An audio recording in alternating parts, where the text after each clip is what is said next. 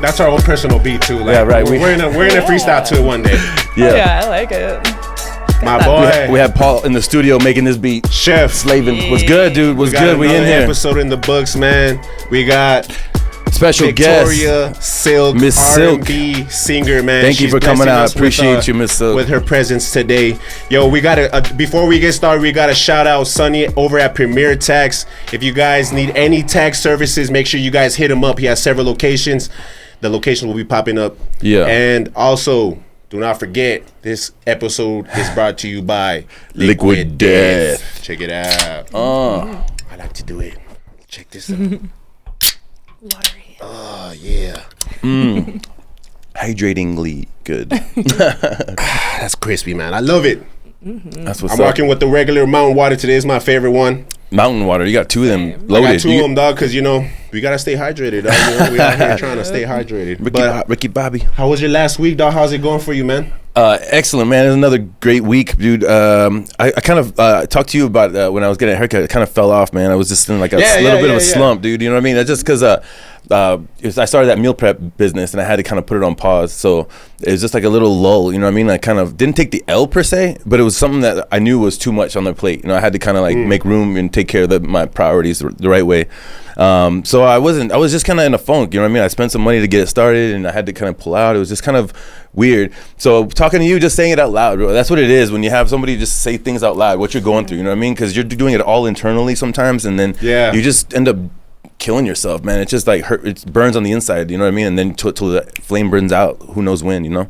So once I talked to you about it out loud, I was like, damn, when am I going to start? When am I going to get back on everything? So Monday I didn't have time, but Tuesday this morning I hit the gym and then boom, you know what I mean, starting to eat, you know, do everything correctly, get the sugar out of the diet, you know what I mean? Okay. All that stuff. Maybe it was a little, a bit of everything that was kind of accumulation of like it's just a cloud that came over my head, you know what I mean? And then I was just like, kind of like, yeah, you know, I could shake it, but I was like, this is kind of chill, you know? Well, you know, just for a little while, you know what I mean? You can make millions without taking a few L's, dog. Yeah, that's the truth. That's the truth. And that's, I know. And from day one, I mean, I knew that. It's just that, as an entrepreneur, you know what I mean? Like you're growing, you're trying to figure out like what happened exactly, like, you know, what avenue did I take? Maybe I took differently that, you know, I've been successful before. So just trying to take notes and, you know, kind of also giving myself a break too. You know what I mean? I put so much pressure to do all three avenues so great.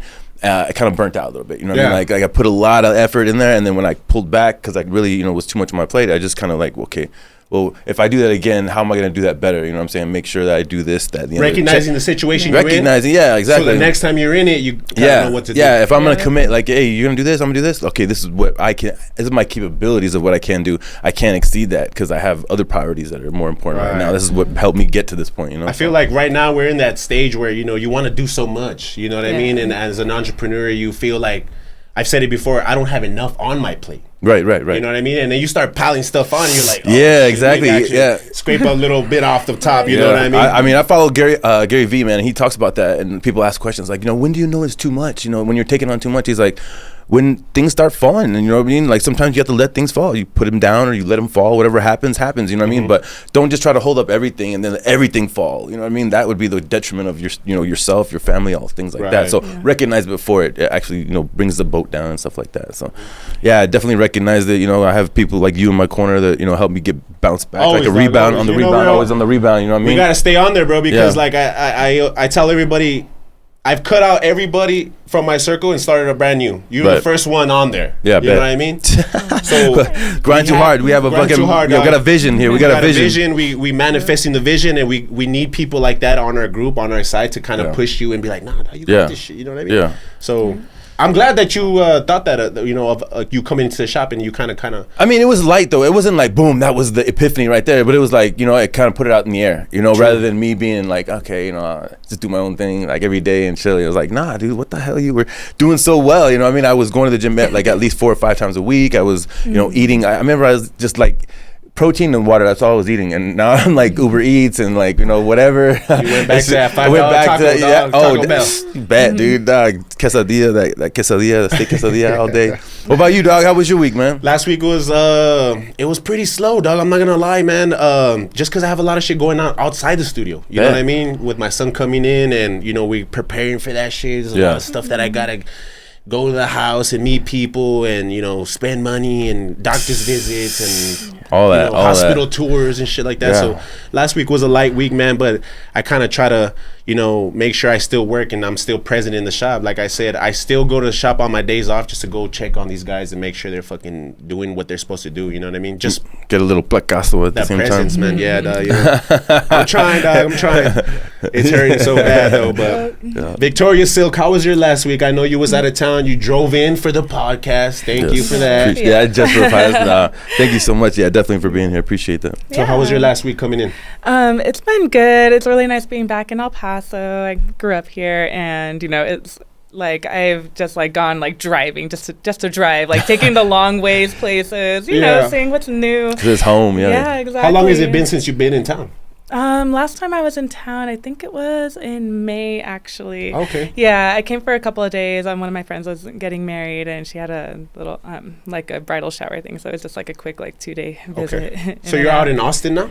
Dallas. Dallas. Yep. How long you been living there for? I've been in Dallas since 2015. So how many years is that? What are we on? I don't even know. 8 That's 8 years. 8 years, yeah, for sure. Okay, cool. Time flies. And like how often do you come to El Paso? Like with I try to make it about 2 or 3 times a year. This time I've come a little bit more. Okay. So it's been really nice. We my husband's from here too, so we try and we kind of have to come separately because we have dogs and it's like a whole thing. So like he'll come and then I'll come and yeah. Okay, works, cool. So. And plus we just have like kind of our own things going on, like with our family. Like he hangs out with like his family. I hang out with like my mom and my friends. Oh, so, it's I remember that. Yeah. So you don't take too much time from the days because you're here limited time and stuff like that. Exactly, and Cool, it's cool. both of our hometowns, so we need to do our own things. How like El Paso's pretty homely, like traditional. How do you like Dallas? Being there, you've been there 8 years. Yeah, so Dallas has definitely become, somewhat home because I've been there for so long. But it's just really big. Everywhere is far. Like, it's definitely bigger than El Paso. Exactly. Bigger buildings, stuff like that. Yeah, most friends are at least like a 30-minute drive away from them, sometimes longer. But I really, really like it. Lots of good food. That's probably my favorite part of it. Yeah. The restaurants. Yes, the food is good. The weather is decent. Good allergy season. Everything's covered in pollen at some point. Oh, so man. that's great. We're feeling it over here right now. Everybody's getting sick. I mean, I bet it's not as bad as Dallas because they got a lot more greenery than we do. Yeah, but here we got the dust and the wind and like that dry. It's like dry yes. allergy. Yeah. But yeah, I really like it there though. But we will be coming back in a few years to live in El Paso. Oh, really? Nice. Okay, so you're trying to make that transfer back to El Paso? Yeah. Well, we actually we have land in Chaparral. So we're planning on building there, but it's land, barren, like nothing, no utilities, nothing. So it's going to be I see the dream. A friend of mine talks about that. Like he wants to get land over there by Waco Tanks and like just build from the bottom up. You know what I mean? That seems like a dream. I've never been my dream, but when he talks about it, I'm like, oh, that's pretty cool. You know what I mean? Like, damn, build your own house exactly how you want it. Little by little, whatever money you got, just start building little by little. But when you talk about land, like I used to live in Chaparral when I was little, so like it's really like there's nothing out there, dog. You know what I mean? It's like no type of. It's like you're electricity in the or what? You're in the sticks. Oh damn! Yeah. Off the grid? Off the grid, dog. But I heard it's like kind of like developing a little bit more and stuff like that. So that's cool. That's cool. I haven't been over there in years, but. Yeah. And it's kind of the perspective of like what's far now, and that's one thing. Like living in Dallas, I'm like everything's not that far here now. So like even though it feels like kind of in the middle of nowhere, because it is like it's just desert out there, but like 15-minute drive and there's a Walmart you're in and the like Northeast. everything exactly. So 15-minute drive and you're in the Northeast, right? But so you're a full-time artist? This is what you do primarily? Like I wish it was my main money maker, but I do have a day job. But okay. Yeah. But I am working towards. What about your passion? What's your passion? Is it singing or producing or? That is a big question. Because that's what we talk about like on the show is like we want people to like from watching the show like figure out what their passion is, not necessarily make a living off of it just solely, but maybe figure it out and then you make sure like that's part of your happiness is learning what your passion is. And I know a few years ago like I was talking to my husband and we were kind of I was kind of bummed. I'm like I wish like music was like what I did like always, like that was what brought in the income and all that, and he was all like, but it's also nice that you don't have to rely on music to be the only source of income, Right. because along with that comes the pressure of like the bills aren't going to be paid if I don't make a good song. Right. That's the truth. And Yeah. so, you know, I'm like, you know, that's a good way of framing it. Honestly, So it is. Yeah, absolutely. definitely. Yeah. And what's your day job, if you don't mind me asking that? Yeah. What do you do? Yeah, so I work at State Farm. I Okay. am I work in claims, and luckily I just kind of like chat with people. Like I'm like Cool. one of those little chat people that the window will be like, "Do you have a question?" I'm That's that you. person on Nice. the other side. So, They're like, yeah, your it's- voice is so soothing. You should be a singer. Yeah, I used to Actually, be on the go phone. check my Spotify. Ah, there you go. Right? Exactly. I Nice. know. I've always I'm like, is it okay to like tell people that on the phones? But yeah. Well, at least it's not like a job where it's like overbearing, where you Yeah. can't really focus on your craft and your Yeah, hobby. You know what I mean? exactly. My schedule. I have 3 days off a week, and so I have like Friday through Sundays off. So that is like dedicated to music, Okay. and we work from home most of the time, so I don't have to do the commute. So that gives me more time in the mornings. I wake up like at 5 in the morning to work on music before I go to work. And so yeah, That's what it's it a good takes. balance. That's what it now that takes. it's work from home. I mean, like, Yeah. because when I left Costco, like that whole like maybe like year, last year I was at Costco, I had to do both full time at Costco and then go home and do the personal chefing, figure out marketing and do social media and stuff like that. Yeah. And then when I could let go, though, that's the dream, you know. Hopefully, just letting go to your full time to do that Yeah. full time. So And do you see that coming soon? Like where you I could do. kind of Yeah, and I feel What does it have to? What is it gonna take for you to get to that point where you can leave State Farm and say, Yeah. I'm dedicating my whole life to singing? Yeah, so I think that it's just building an audience and being able to do like actual like performances, and because I feel like that's kind of where the money is for a lot of artists, is being True. able to get up in front of a stage, make money on the ticket sales and all of that. And so yeah, it's just really getting my name out there and posting a lot on social media, which is challenging. It's doing your very own, challenging. doing your own marketing. Yeah, because you don't have a marketing team right now, right? So Right, you're just doing everything exactly. on your own. Yeah, and then the music group that I'm with, my friend C4, he's helping me a lot with posting and getting my name out there too. But yeah, in most cases it's just me. Even when I was like assigned to a different label, the past like year or so, I was doing pretty much everything Yeah. still. So yeah, and so Where would you say your influence of music comes from? Like, I mean, did you listen to a lot of music coming up? Your parents? Yeah. So I've been a musician since I was little. I took formal lessons starting when I was about 9 for piano and voice. But even before that, I think when I was like 6 years old, I was in a summer camp, and they had like a talent show, and like the person who was in charge of my little group, he wanted everyone to be in the talent show. So he just assigned us like talents. Like he didn't like ask like, what do you do? He was just like, okay, y'all are gonna dance. He You're gave gonna you your do- talent. So what? and he was like, you're gonna sing, and I'm like, okay. And so I went up and sang the Spice Girls, Stop Right Now. Oh damn! yeah. Okay. Damn, I haven't heard that in a minute. And so I won the talent show, and my mom's like, oh, okay. She She has a knack for it. yeah, like she knew that I like sang around the house, but she thought maybe it was just like her being like, oh, my daughter's so cute, That's she sings so good. She awesome. thought it was like maybe like a parental, like she's amazing thing versus like, oh, people also agree that she is good. So yeah, my parents have been very, very supportive of my music. So that was the glimmer. That was that first spark of like, I like singing, and plus people like Also clap for like me. that. I don't like me So singing. when you got on stage, like, that was your first time singing? Yeah. So for public, and you found it like appealing to you. Yeah, you liked yeah, I liked it, Yeah.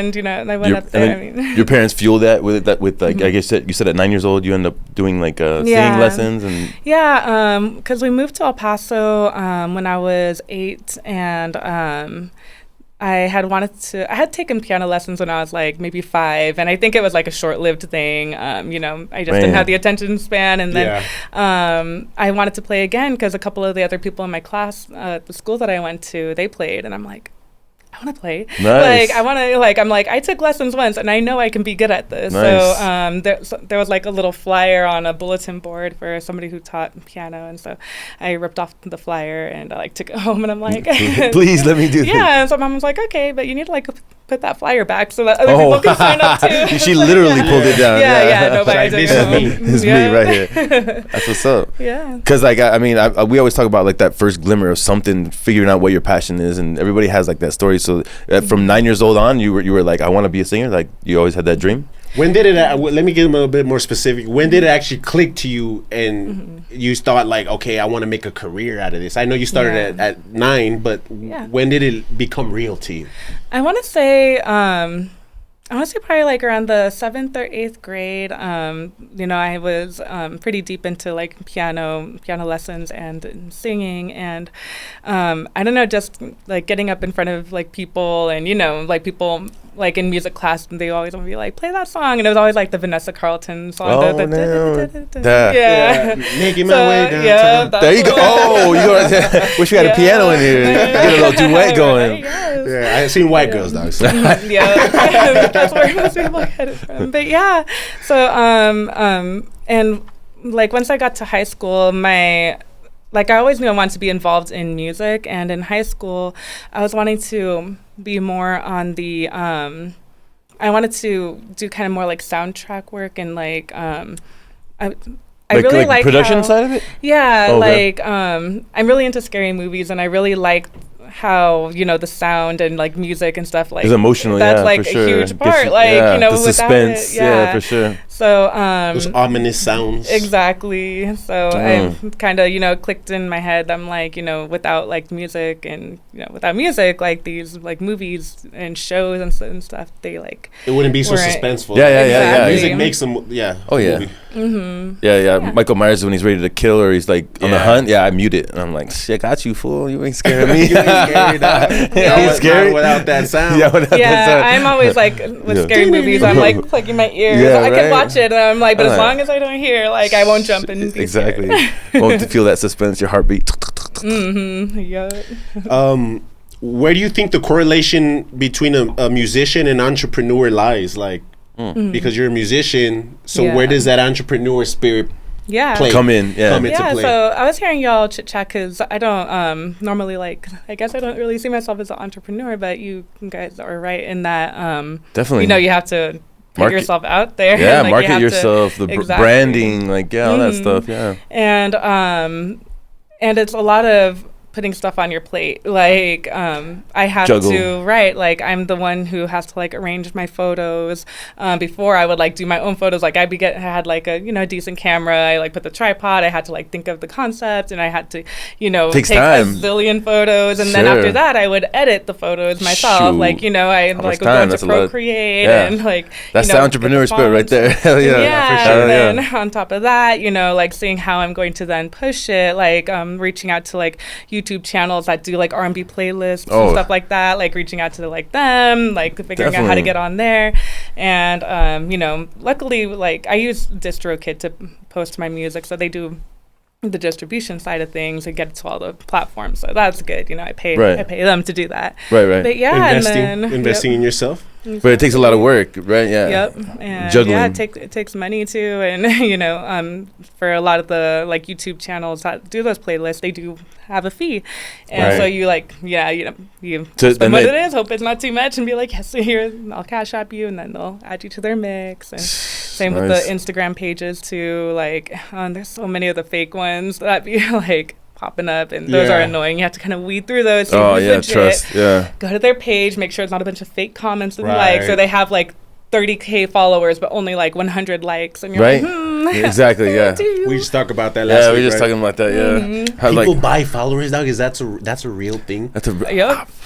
That's crazy. Surely it's whack. Well, I've been trying to figure out the YouTube thing because, like, I mean, it's a different monster. Like, social media is one thing as far as like Instagram and Facebook. I kind of have a little bit of an idea. I don't have a million followers or anything like that, but I kind of have an idea. YouTube, we had to work on, and it's basically just us being organic and being real. We don't change nothing, and then all of a sudden, like, it just keeps going like and up kind of and staying in line with what we do. You know what I'm saying? Yeah. Like, we kind of don't do stuff that's like doesn't correlate with what the entrepreneur spirit or whatever. Yeah. Definitely stay on that motivation tip, like entrepreneur kind of side. And I think that's the hardest part about the Grind2Hard, dog, is because there's so much content out there that's like visually appealing. You know what I mean? Sure. Oh yeah. There's people doing fucking falling off the building and like doing a bunch of crazy stuff, and that gets views.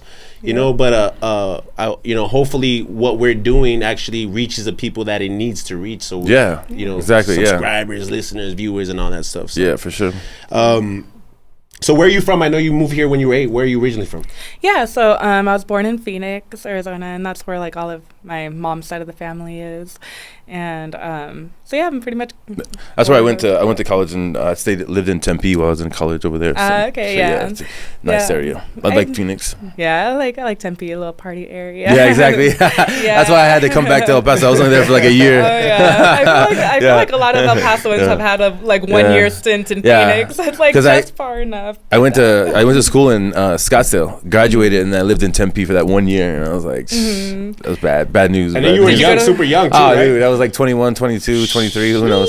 I was out there partying. We talk about my schedule. It was like I partied till like 3, went to work by 7, and I had to bike it too to work. And then back to home by like 3 or 4, and I'm like, what are we doing tonight? Yeah, what are we doing? Had that energy back then. I mean, to ride my damn bike to work and then stay up till 3 in the morning. Oh man, and then still go that day to work and be like, yo, what are we doing tonight? I mean, I flexed all my sick days, but I'm just saying, like, I was definitely on that routine of going to work like that. That was crazy. Yeah.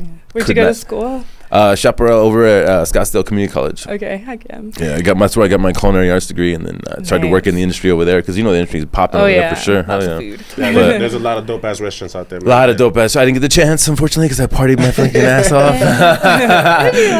Came back to El Paso, got humbled. Figured it out. Oh yeah, that's what I gotta do. And now you gotta go back. And do something out there, you know what I mean? We'll see. We'll do the podcast. Do a podcast over there. Shout out Tempe. Exactly. Where do you just say you get your inspiration for music? Like, is there a specific? I know you do R&B, but who's your favorite R&B artist? Ooh. It's a toss up. I really like Sabrina Claudio. She has this like beautiful, like airy, like just everything, like this essence in her voice, and all her songwriting is really, really beautiful, and just the style, everything. So she's a huge inspiration to me. She's a current artist, or she's been around for a while? Okay. Yeah, I would say, I feel like she's been like fairly like big in the industry, maybe like 5 or 6 years. I'm sure she's been doing it much longer. I feel like there's so many years behind. I'll have to check that one out. So yeah, Sabrina Claudio, really, really good. I've recently been listening to a lot of Galiucci's. Everybody's been listening to her. She's pretty popular. So good. Yeah. So yeah, I'd say like maybe in the past like year or so. What's the most powerful part of her like artist, like her work? Because it doesn't seem like I'm just from the outside looking in. Yeah. She's not like the greatest vocalist, right? Is she, or is she? I think she is. Okay, because I think a lot of the like more popular songs maybe don't display like how like her vocally range, complex her stuff is. But yeah, I think it's like very eclectic to me. That's what it is. Sorry. Yeah, it is, and I feel like every song of hers has like a different vibe to it. I feel like it's generally in the R&B pop. Oh yeah, definitely. Especially because like R&B these days is like what? Who's an R&B artist? Like, even homeboy from El Paso, he's not on the scene that much. Khalid, yeah, he's on the scene that much anymore. He was making it pop and doing the collabs and everything, and then I think he kind of had like he made his money when he could, though. You know what I'm saying? Because Yeah. I don't know how that goes. But Mike Jackson. Think about Mike Jackson, man. He was in the game for a minute. That's Michael Jackson. Bro. He started with a Jackson 5, and you know what I mean. So, yeah, man. It'd be good to hear something from him, though. But like, who are your favorite artists? R&B artists? R&B? Yeah. Or who's your favorite R&B artist? Usher, dog. You gotta go down with Usher. You got it. You got it. See, I'm that 01 era. You know what I mean? So I'm thinking more like Keith Sweat. Okay. No. All right. Well, anyway. That's I can't even think right now, dog. You put me on the spot. Another one I really love, Keisha Cole. Okay. She was a kind of a underrated artist that really didn't do much, you know what I mean? But that one song, that love song, I'm like, man, that's like me and my wife's song, dog. So I'll sing that shit. Do it. Say, damn, get it. You know? Shout out KK right here. Yeah, dog. But I mean, I'm really big on R&B. I love R&B a lot. I actually, when I was little, I sang in like a little choir at school or whatever. What? Yeah. Okay. And then when I got older, I started realizing. Little Usher. little Ursher, and started realizing my voice started getting deeper or whatever. So I started writing raps and stuff like that. Like I had said earlier, that I really wanted to be a musician. So to have you as a guest is kind of I want to pick your brain because how would you describe? Like now the industry is a lot easier to get into. You can be a singer and have, Spotify and YouTube, but not be signed to a label, but still considered a singer. You know what I mean? So what would you say like the differences between then and now? And is it easier? Is it harder? Yeah, so I think both have their own struggles. I think right now it's easier to break into like being a fairly well-known artist, or at least having a niche of like people that like really like fuck with you and support you, versus like before when like radio was king, because like the radio stations are paid good money to like only play like certain artists. So like you'll be like jamming it on the radio for like an hour and hear like the same song a couple times. They still do that, for sure. So now that there's so many like streaming platforms and just like social media, people like it's free to get your stuff on TikTok. Like you don't have to like do anything now to like get it distributed. Like with DistroKid, it's cheap and definitely within reach for most people. Accessible, but even just like putting it on YouTube, YouTube is free to upload music. Like you just post your shit. And same with SoundCloud. I don't know what's going on with SoundCloud nowadays, but it's that was a big way too. So then as a like if somebody wanted to start putting their music out, like the hardest part would be like the quality of sound that you're actually gonna get.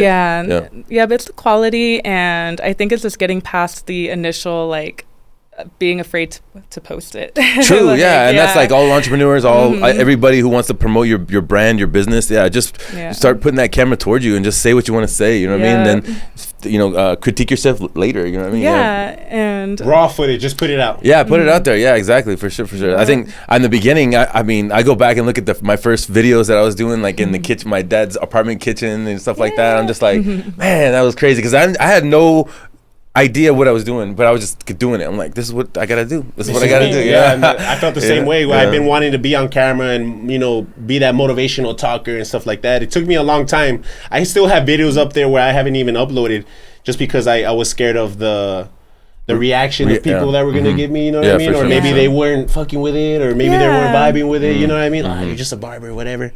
But just putting it out there, and this is where it got me. 1000%. Hell yeah. So it works. You just gotta get out there, take the chance, and post those videos, man. Make content. That's why I talk. Make content. Everything is content. I tell them every day, post something every day, dog. You know what I mean? Like, I see them posting. They do now. I see them. Yeah, you have to, man. Reposting us, them, the whole group, everybody. I'm on their ass about that shit, man, because like it takes a team effort. You know for sure. So I know you feel that now that you have your record label trying to, I'm not gonna say that you're signed yet, right? But you're in the motion of it. Exactly. Everything's like partnership, and everything is, we're working together right now and trying to make. So this what thing is your happen label? for both of us. What does your label do for you to get you out there, expose you, or you're still kind of working on your own still, or?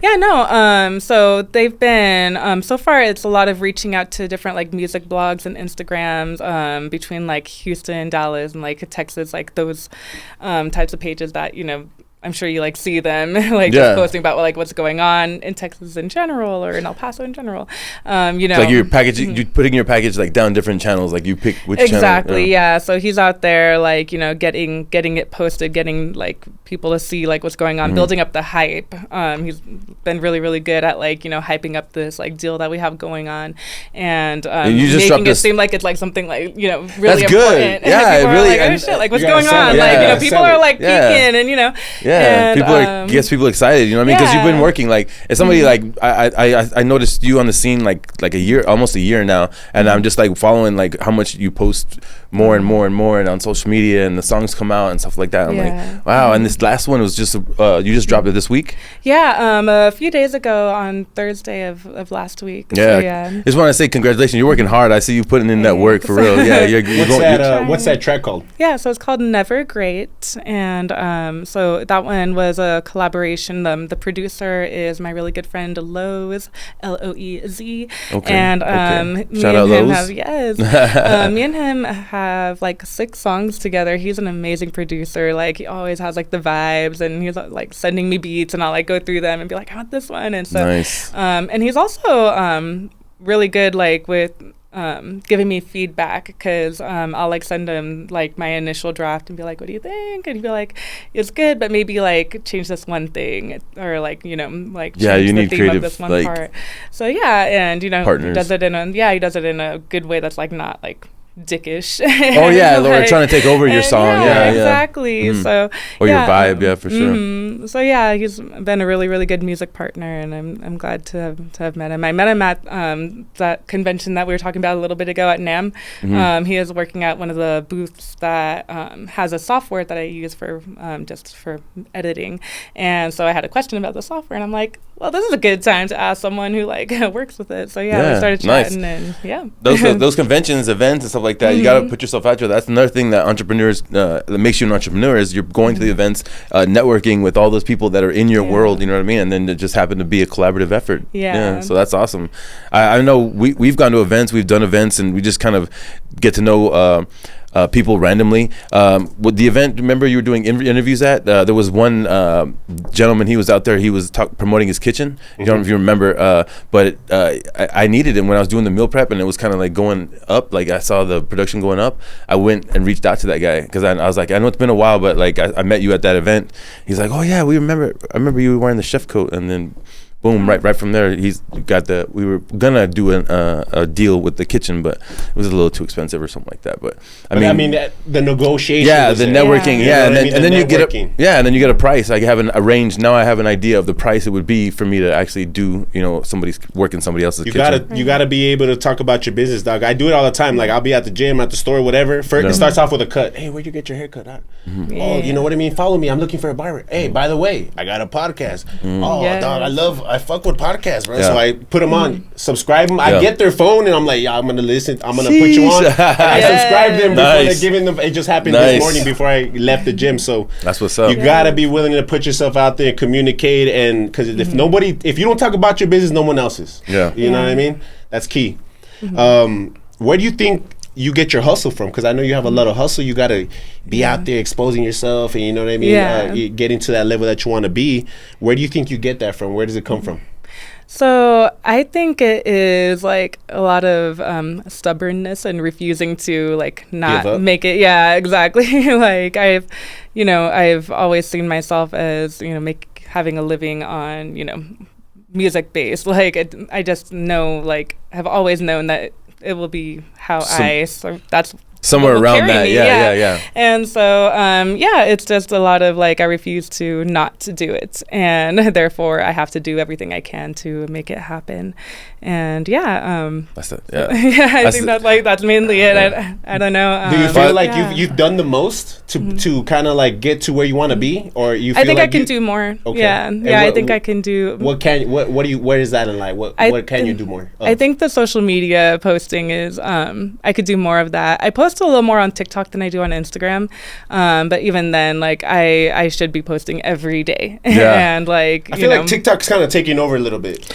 I think like so I'm like an IG baby, dog. Like I refuse to use anything else. And the thing is like it's what IG is like easy. Like I'm not easy, but once you in it and you have a certain kind of following, you get the groove. You get into it. Well, Facebook's like hard. Like business wise, it's like weird. People want to like listen and read and like get into something long, but with TikTok, it's like if you're not using it, like it's like almost like why would you not get a Lamborghini when you have like all these other cars, but then you have like a Lamborghini that can just get you where you're going. If you have to kind of be a little bit goofy, I guess, like bring out your personality to get like the views and people following, but then through that I kind of like do goofy and then like 5 serious ones and then one goofy one and then 5 serious, because like it's weird. You got to kind of feel out the channel and how you're gonna talk to the audience and stuff like that. Even when I had, my thing was you have to have 1,000 followers to do lives, right? So I was like, okay, I'm gonna try to get 1,000 followers.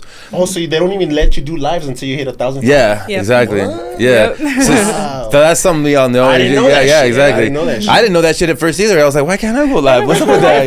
What the heck? I'm getting discriminated. You know what I mean? So once I got to 1,000, like I went live, And like the first one I did when I was cooking, like people were like, "Oh shoot, that's cool. You should do more lives." I was like, "Cool."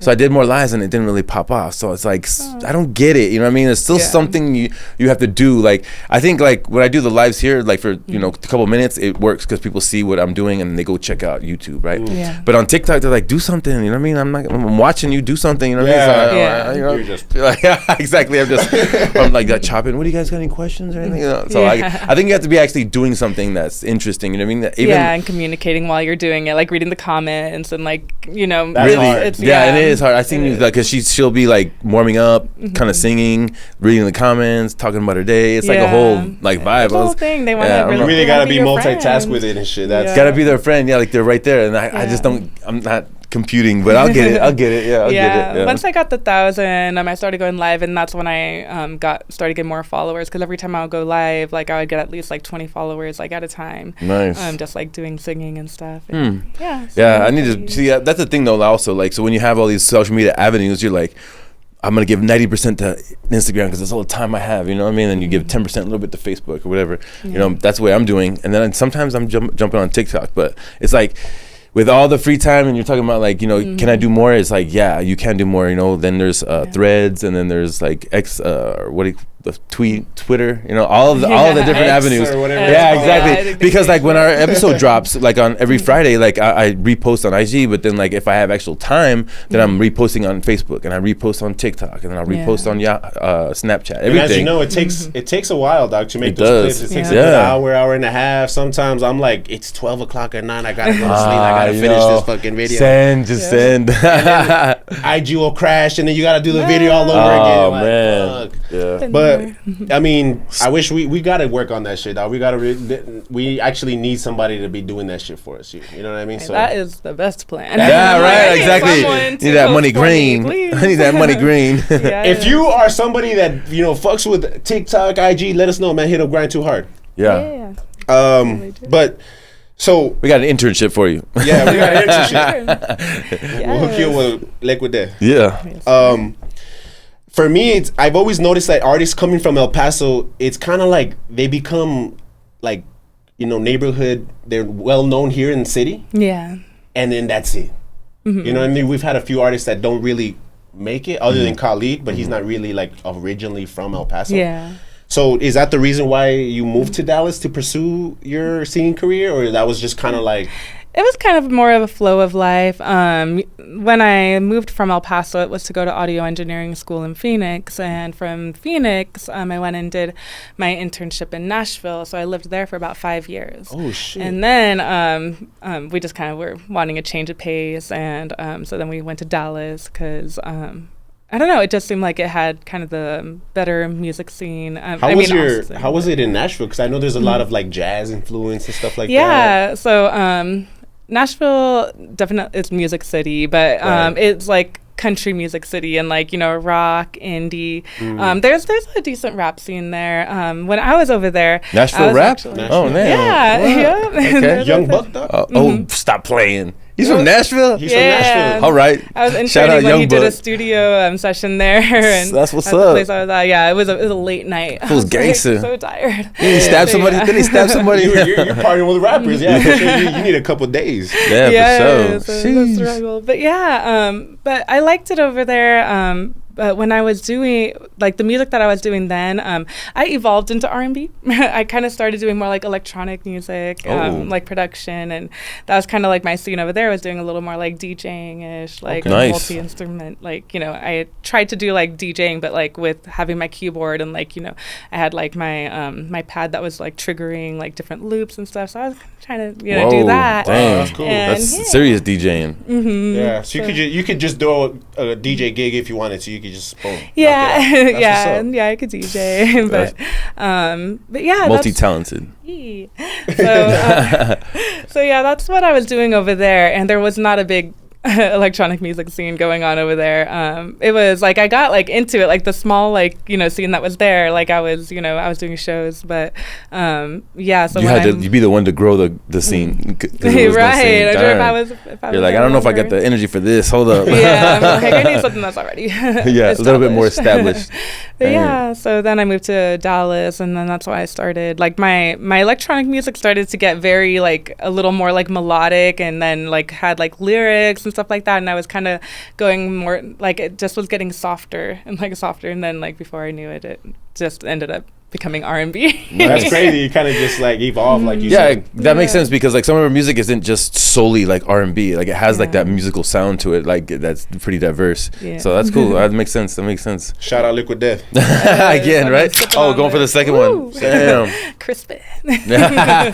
Take a little sip. Right, there you go. The wateriest water. Yeah, water. But yeah, so yeah, I liked it there, but I like Dallas better, honestly. I know you mentioned you're married. Mm-hmm. How long you been married for? I have been married since, I always like go by years because I don't know what year it was. 2016, so 7 years. Yeah. Years. How is the journey? You've been with your man, obviously before that, right? Like, yeah. We've been together for about 12 years. Okay. Yeah, so is he in music as well? Does he do music? No, he's a car guy. Yeah. Okay. So he likes cars. How's that dynamic with you pursuing? Essentially, you're gonna be a star, right? That's what you're going. Exactly. So how does that correlate with the relationship? Like, is it tough? He's very supportive. So when like that's one of the first things like anyone knows about me is that I'm a musician. So it was like never like all of a sudden I wanted to become a musician. Right. Time got taken away. Since like it's always been. Yeah.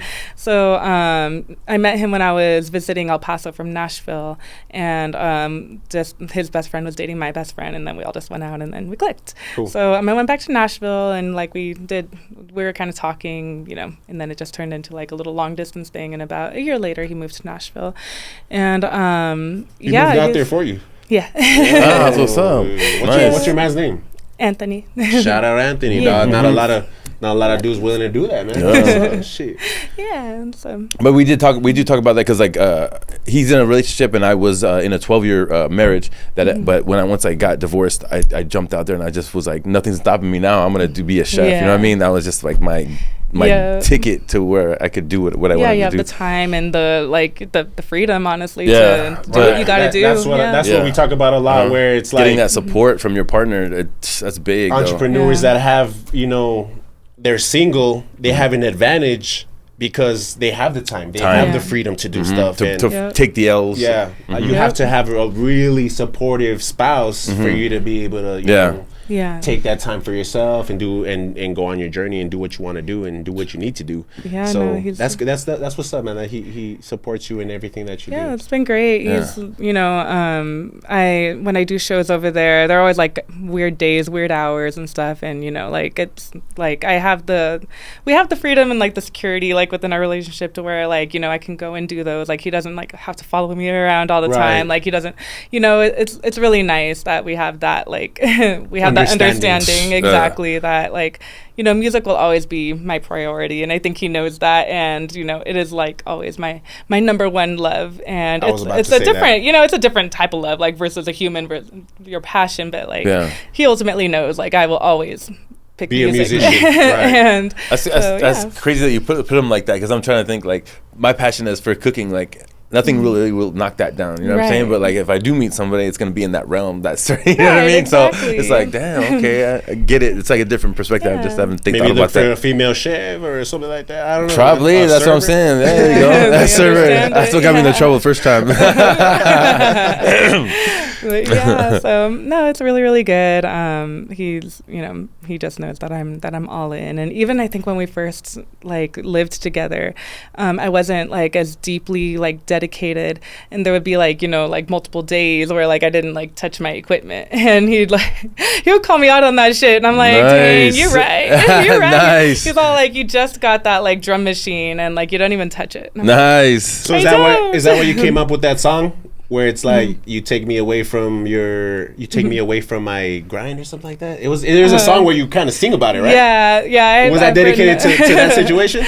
I'm probably, honestly. I was listening to some of your tracks on the way over here, so yeah. Over here, like I think I have so many songs out, but yeah, I do write. I mean, everything that I write comes from like my experience, or at the like very least, it's like people that are like in my close circle, where like I like see something that they've like gone through, and I like deeply empathize, and I like put myself like in their like, in their shoes, and like I just am like, how would that make me feel? And then like start singing, start writing about it. I can't imagine writing, because like as a chef, like writing a recipe even is hard, like from scratch. Like imagine just making something from scratch, like scratch.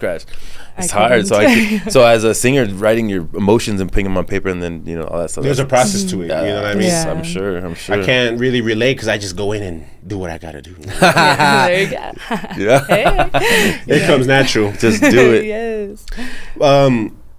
How do you feel about like once you get to that point of stardom and the fame and stuff like that? Like you're comfortable with people following you around and taking pictures, and like paparazzi snapping away and stuff like that? Yeah, I'm social and I really like people, and I don't know. I've never been one to be like people. Like this. Like I've always been extrovert. Talkative and been I like my alone time, and I'm perfectly fine with that too, because then I work on music, so I could go either direction pretty comfortably. So I like people. So if you see me, don't be afraid to come and say hi.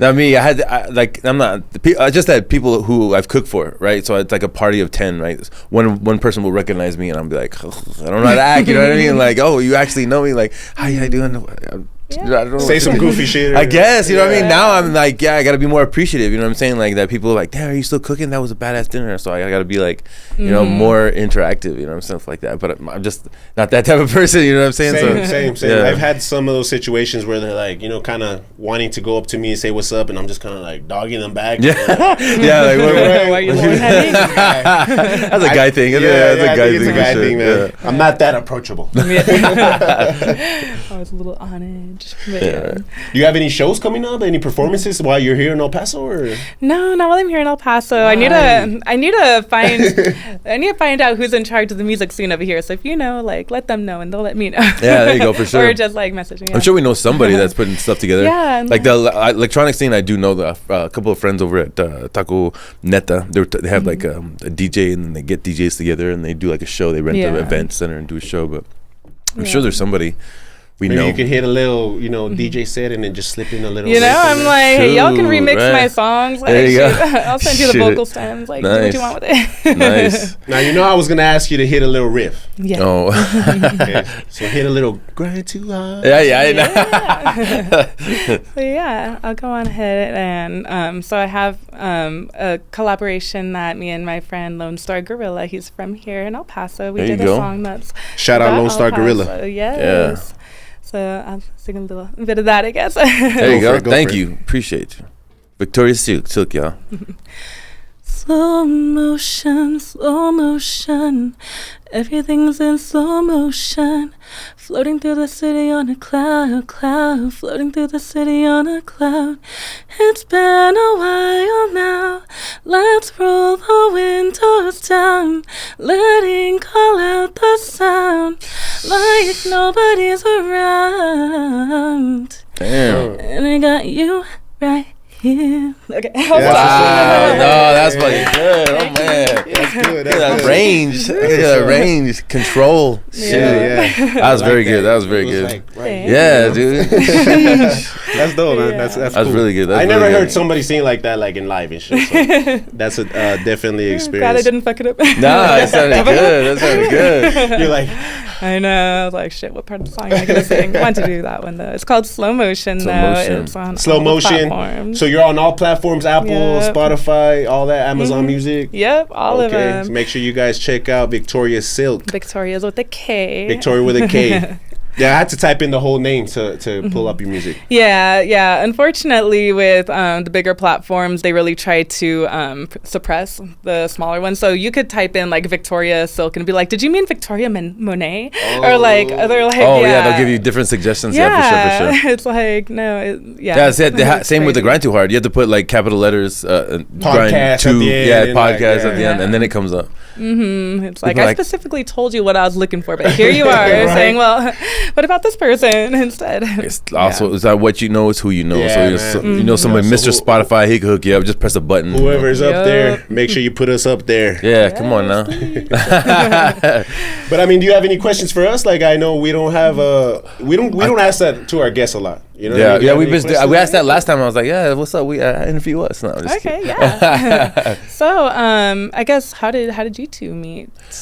Oh, that was basically so it had to do with podcasts actually, because I had was doing was that your intention, dog? Like, had you seen me on video or something? Like, you had never met not me? at all, not at all. I needed a haircut, dog. That's the bottom line. I needed a haircut. It's because my barber was out of town for like an extended period, right? So I wasn't like I could, wait for him. So I needed a haircut. There was no two ways about it. So I reached out to my boy at Chris. I was like, Chris, dude, you always have the freshest cut.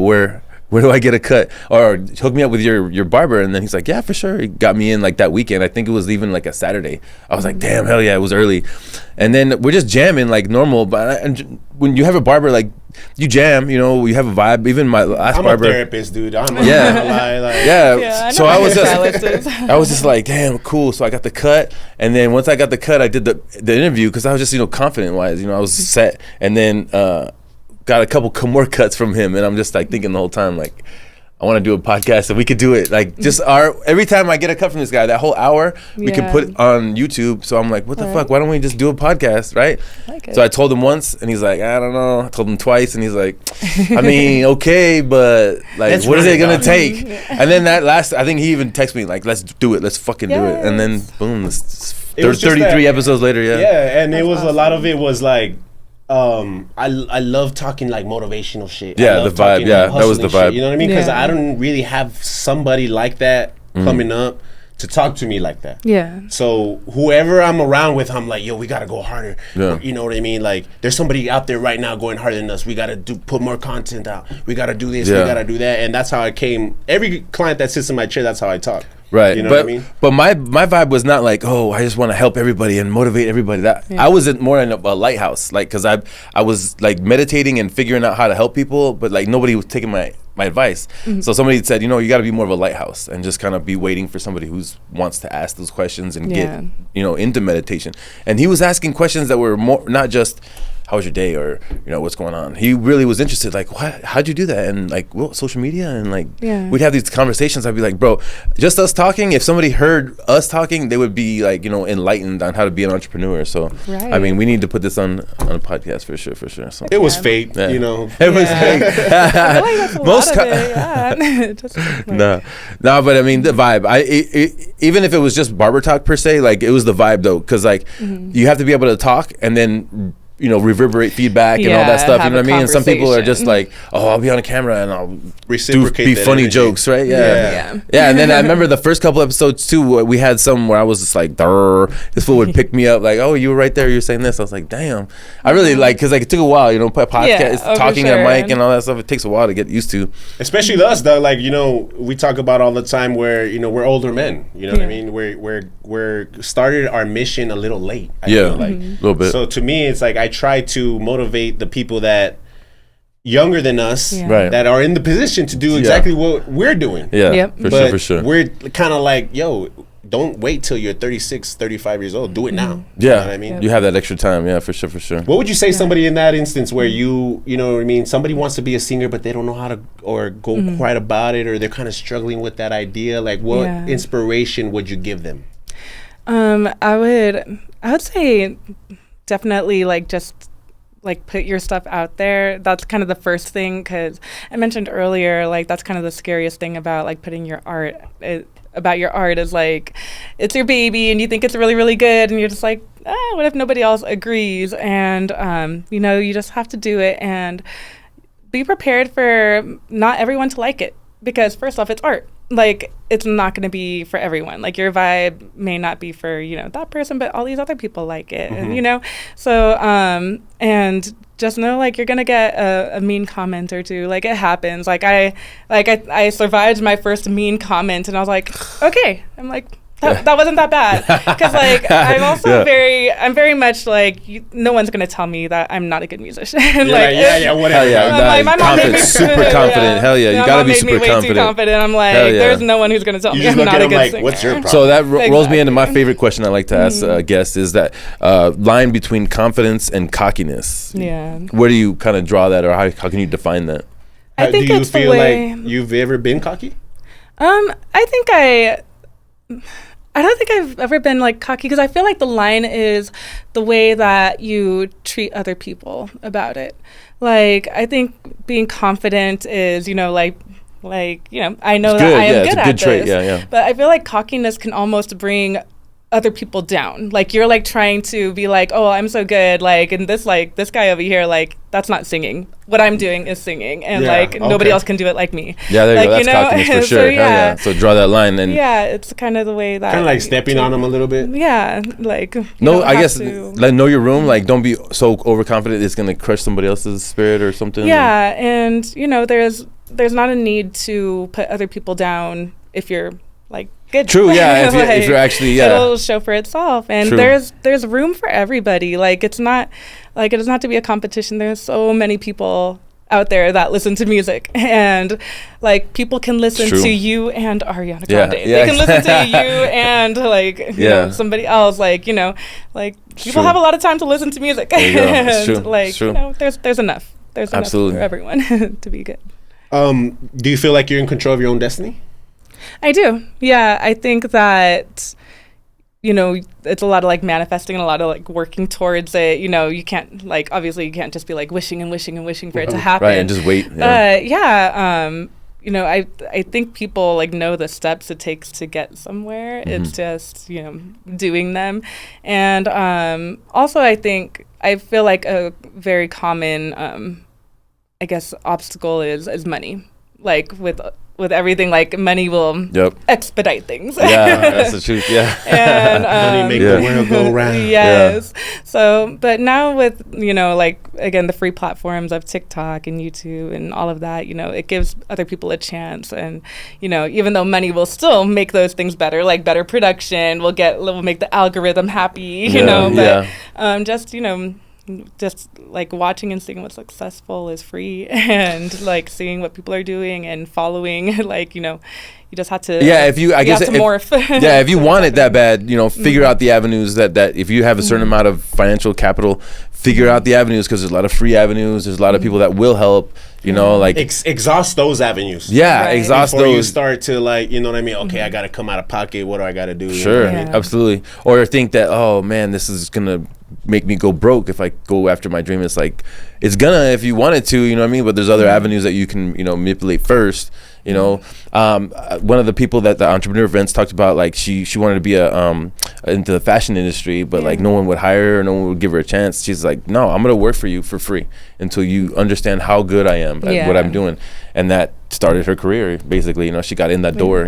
So in my case, I just made meal preps. People were like, what, Clay, shut up, like you're not gonna come to my house. And I was like, all right, well, here's a meal prep for $5.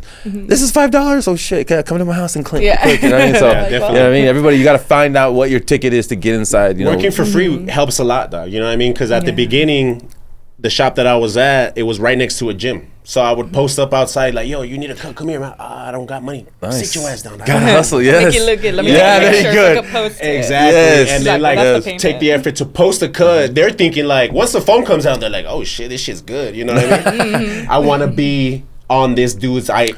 I want to be taking pictures of and shit like that. So that, giving free workout is definitely a big ups. I mean, you got to do it, man. I don't know, like, I'm sure you can't give out free, CDs, but free performances and stuff like that. Do you have opportunities in Dallas where you have have performed and stuff? Yeah, so the music industry is very interesting in a lot of the big cities. So there's a lot of pay to play. So basically, an event organizer will, they'll make an event and they'll start reaching out to people that either they may know or recommendations in the area.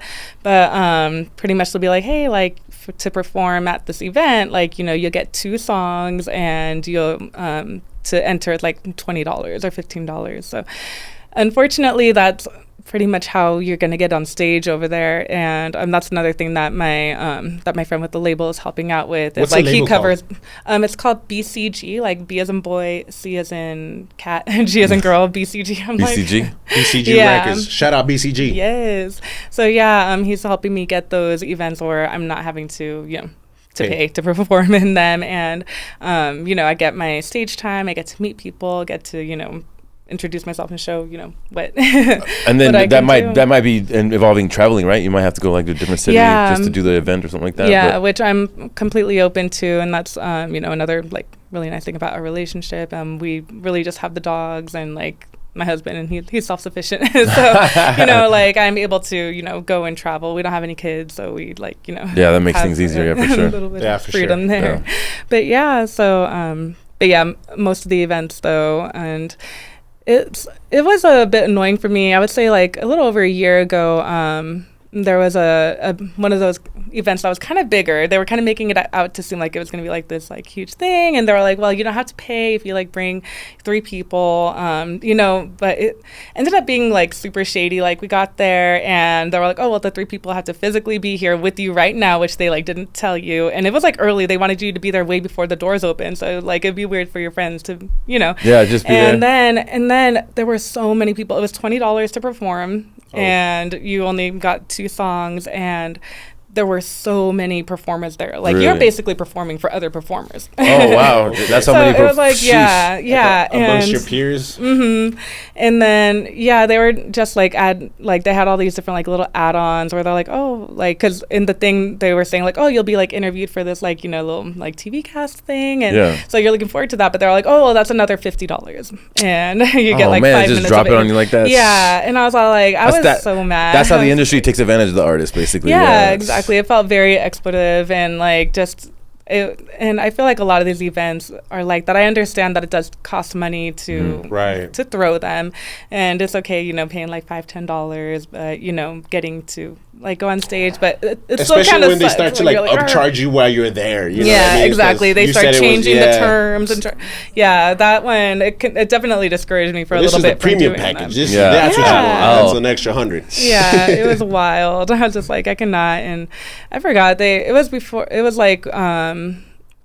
they had changed it to where like to get the little verification code, like it was like big artists had to like get it or something. So they had somebody, and I forgot who it was, but he had a little check mark thing, and I'm like, okay, like must be kind of legit. But I think they just like hired him to like mass message people. And, that's misleading, dude. That little check mark, dog, is like misleading as fuck. Because now, I mean, everybody can buy it. You know what I mean? Yeah. Before, I thought it was like given to you. I thought it was like somebody up there noticed you. The Godfather. And said, yo, you're a friend of ours. You're a good fella. No, actually, I just really got... no, I saw that. I ain't talking shit. But I did that because... I ain't talking shit. It's because I have kids. And then my oldest daughter was like, Dad, you should get verified. I'm like... Why? That's just blah, blah, blah. And then she's like, no, you should do it. And like she was like... I could tell she was like... Do it, like, and I was like, all right, when I get home, I'll do it. She's going to show the benefits, though, because ultimately it does verify you. Right, that's the truth. It does confirm that you are an actual real life person. Yeah. Like, this is you. Like, I see the benefit because, at least when you're messaging people, they know that. And if when I see a check mark, I'm still a lot more confident talking to that's what I'm saying. Like, one of my oldest friends that I have on IG was like, hey, you got verified. That's cool, man. And he did the same thing, too. Yeah. I mean, I see it as a business thing too. Like I know it's kind of like people look down on it or whatever, but like as far as business goes, it kind of gives you a little bit more status in a way. I'm not talking shit. You verified. Hey man, you verified. $15 a month, dog. You know what I'm saying? I'm not talking shit, dog. But it also, like she said, it verifies you. So like I feel a little more comfortable, like not losing that or getting hacked for sure. True. But on the Grind2Hard on my personal page, I don't have it. Mm-hmm. But I might get it. You need to switch it over to the Grind2Hard. Right. Do you feel like you've had a breakthrough moment? I feel like recently my breakthrough moment was getting out of that like really bad like contract that I was in. Yeah. We will not speak your name. Yes, we will not speak your name. Yeah, I'm a little salty still. But no, like once that like came up, I mean I've always been very motivated, but like it just like motivated me even more to like be like to appreciate being more independent and have your wings free. Exactly. So yeah, I definitely appreciate that a lot more than I did before. And being with that label, it did help in way, like it made me take things even more serious. Like I've again always been really serious, but like that added the extra like push to be like I need like the this professionalism, exactly. Complete professionalism. So yeah, so you know that was one of the big things that I gained from that was that you know these are all learning experiences. All this, but I'm trying to That's good because a lot of people are shy to even talk about breakthrough moments because they're like, oh, breakthrough. No, I'm still working. I'm still climbing this mountain. But I mean, you see that you're still climbing the mountain, but you had some kind of breakthrough that got there's you. Different things that just like pushed and did like I don't know. It's like you know.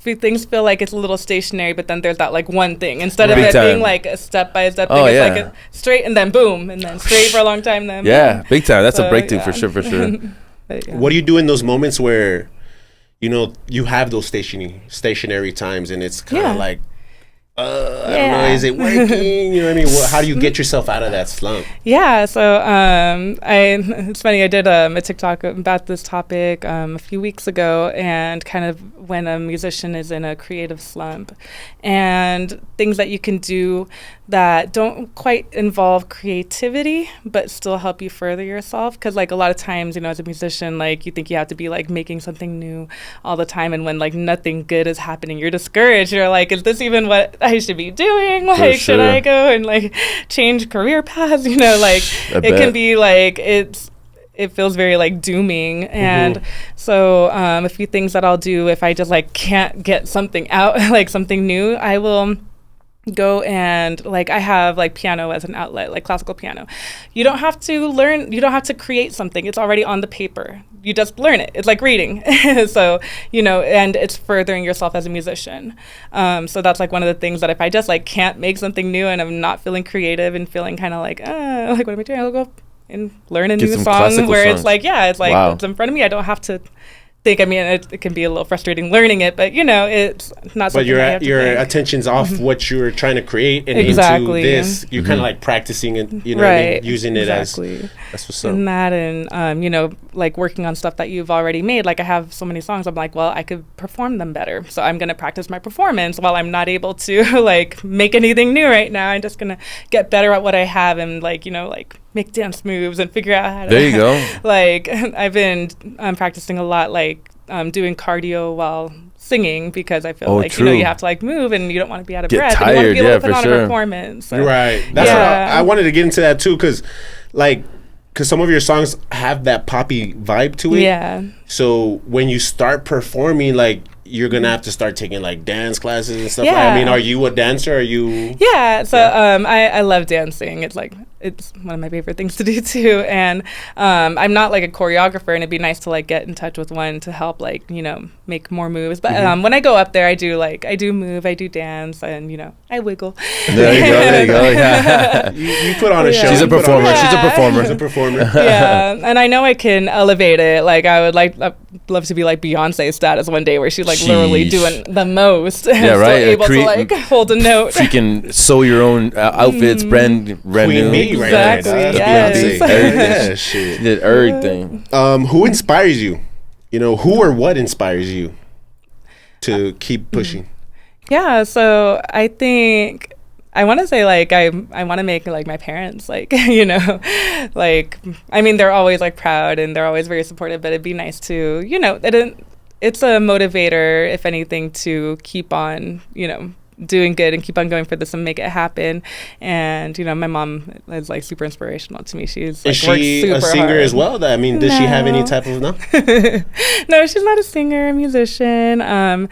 She's she's super smart and a hard worker, and she keeps on going back to college. And she has like multiple degrees, and I'm like, I could never fathom like putting in that like time again. Like I have actual nightmares of being back in school. Not being ready for a test and not like knowing where my classroom is and stuff. Like talk about a breakthrough moment. Yes. Right? Done with college. So so you know that's inspiration to me, is that she's like still out there like wanting to learn and you know staying up those late hours, like doing algebra 2 again, because she like didn't remember it from high school, and so she's there like figuring out equations. So in those moments when you're having like a block and you can't write or sing and stuff like that, so that's something that you think about. Is your mom like, my mom's probably studying right now or writing an essay or something like that. I need to stay on my. Yeah, I feel like I always have to be productive, and that's something that my mom kind of instilled in me, and not even like in a like crazy person way where she's like, where she would see me relax and be like, no, start sweeping or something, you know. She was never like that. But my parents have always had me in some kind of lesson and always been like supportive. Like when I was like 5-ish and took the piano lessons, I was like, okay, we'll give it a try, but you have to commit for 6 months. And that was a lot of the things that I would try. Like, you know, if I wanted to try gymnastics, mom would be like, okay, we're gonna like do it for like 6 months, because she knows like kids are like, after if they're not good by the second day, they're like, I don't want to do this anymore. So to stay committed to it until it's done. Exactly. To figure out if you actually like it or not. Right. And she would, you know, during the summer, like I wanted to try fencing, so she sent me to like a little fencing camp at UTEP, and like supportive. Yeah, she's always wanted me to try different things. That's nice. It's been great. What's your hardest triumph in achieving that? You know, some of the big goals, like how you just mentioned, you had that breakthrough moment. Would you say, other than that, you know, what have you overcome while you're on your journey to stardom? Let's see, I'm trying to think of like challenges, because I'm kind of an optimistic person, like overall, and I feel like I've had things fairly easy, like in general, like because again, my mom like and my parents have like prepped me really well by putting me like in classes and like, you know, being supportive, but kind of guiding you through your passions. I think it's like the hardest things to overcome is just the constant, like, you know, always like trying to be on top of it and always trying to make sure that, I don't know, I'm doing something. The day to day, like are your weeks pretty busy? Like, because I know you have work and so they're pretty just boom, boom, boom, boom, boom. Yeah, they go by very, very fast, because, you know, I try to like schedule out my day, and, you know, it's like I go to work, and then I either go to the gym or I play tennis, and that takes out like an hour and a half of my day at the end, and go to sleep early so I can wake up early. And so I think I would say, like, you know, having a day job is a huge triumph that I would love to overcome, and I will. Yeah, right. But sorry, State Farm. You're about to lose an agent. Yeah, it's been great, soon. Manifest it. So when you manifest, because we're big on that. Yeah. Like, how do you go about manifesting? Because to me, like, I like envisioning myself in a place where I'm manifesting and I can see, you know, the paint, the people I'm working with, the type of floor, what I'm driving up to that job. You know what I mean? How do you go about it? Yeah, so I think it's a lot of the reassuring speaking, like, instead of being like, oh, I hope this, like, no, I will. There you go. I will be. Yeah. So a lot of because that's your words are powerful for sure. Yeah, they really are. And because I like in this past week, I can tell you for sure, because I'm like I don't need to do that. I just you know what I mean. You know? But but in the moment, like I'm actually like taking notes. It's because like I know. I let myself go down that path, right? But I'm not going down so far to where like I'm gonna always be like that. You know what I mean? It's just like I take, you know, notes on all this stuff, because like it's just like a little funk, you know what I mean? Like when you once you get out of it, you just gotta, you know, hit it. And then I think what happened was too is with the working out, I wanted with the working out and my diet, I was like wanting some kind of results, right? And people were like, hey, you're too fucking skinny. Hey, why are you fucking skinny and shit?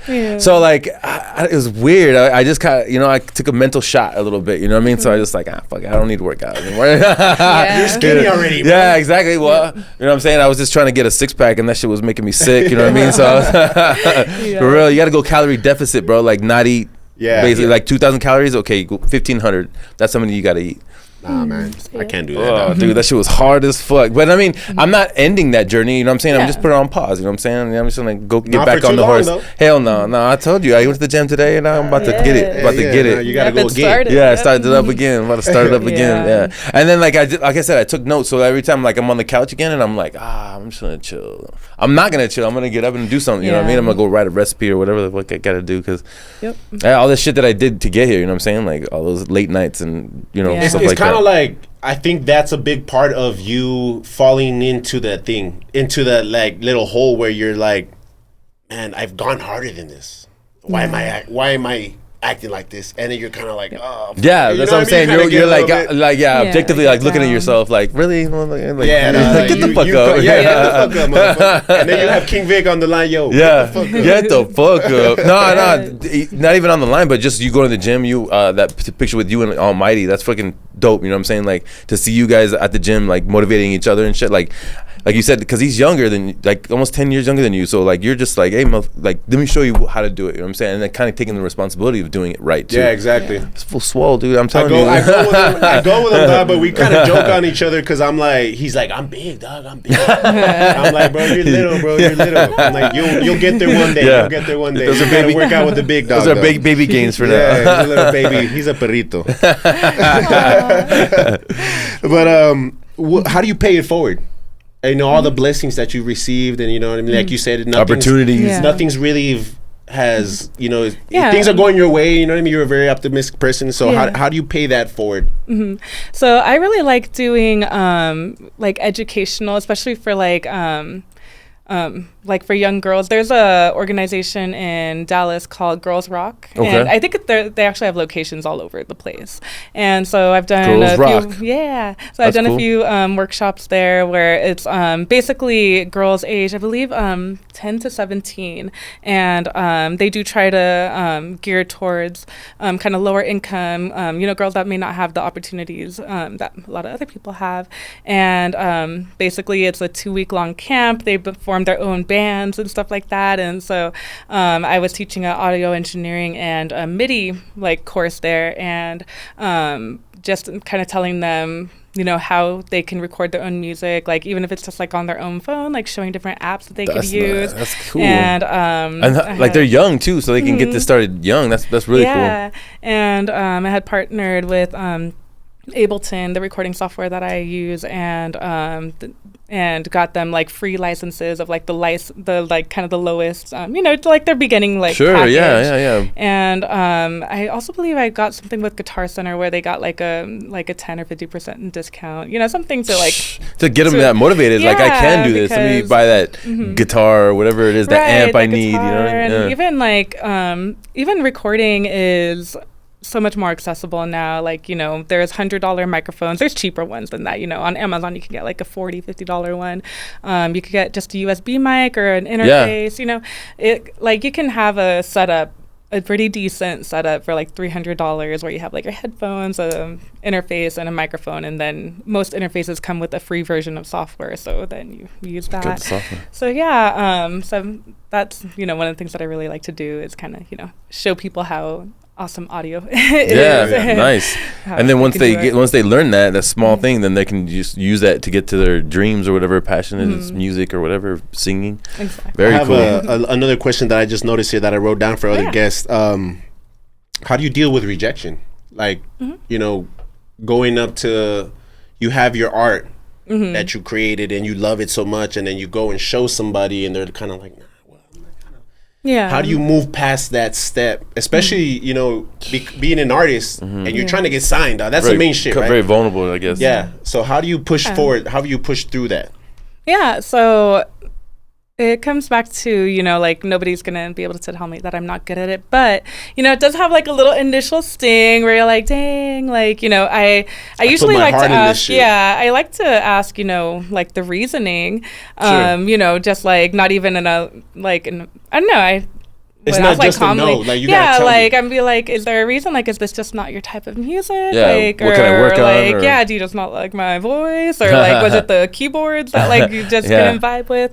So yeah, Listen kind of to it one more time. that's reconsider. No, but yeah, so you know, I don't dig too deep into it, honestly, though. Just keep it pushing. Yeah, I'm like, okay, but then I just, you know, move on. And, you know, if they don't have anything constructive to say, then, you know, at that point I'm like, okay, then there's nothing to say. So you say, whatever, dog. Yeah, exactly. I know I'm gonna be somebody someday. Yeah, just hit him with the Heisman. Yeah, exactly, done. Yep. Yo, but that's another one in the books, dog. Yeah.